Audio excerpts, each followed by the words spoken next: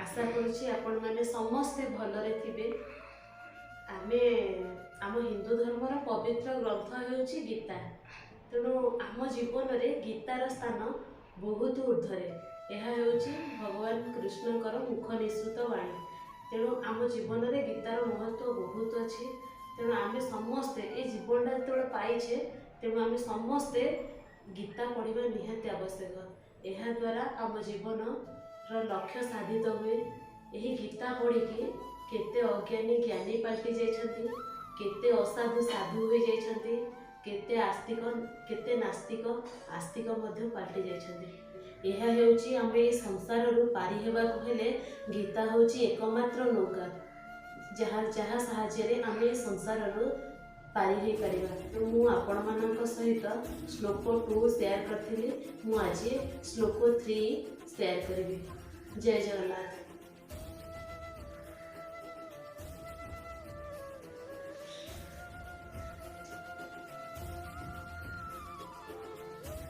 अत्र सुरा महेश्वसा भीमार्जुन समाजुधि जुज्याधन विराटश्च द्रुपदश्च महारथ दृष्टकेतुश्च कीर्तिनः काशीराजश्च बीर्जवान् पुरुजित कुन्तीभुजश्च शैवश्च नरपुंगव।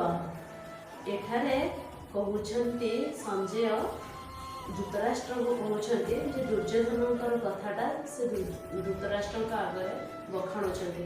तो कहउछन्ति कि मु देखुछि भीम अर्जुन समान प्रबल पराक्रमी जुजुधान द्रुपद विराट प्रभृति महारथी अछन्ति।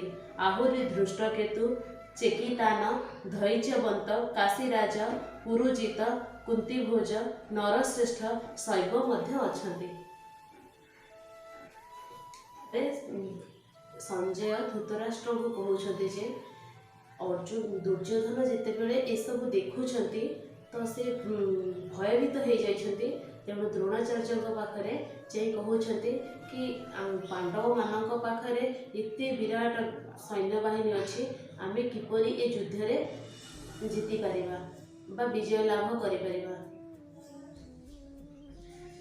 जानिनी आशा करुछि जदि आपण माननकु एहा भल लागिथिबो कि जदि मोर किछि त्रुटि थिबो ताहले आपण माने मते क्षमा करिवा सहित मो त्रुटि मध्य मते जणाई देले मु बहुत खुशी हेबी।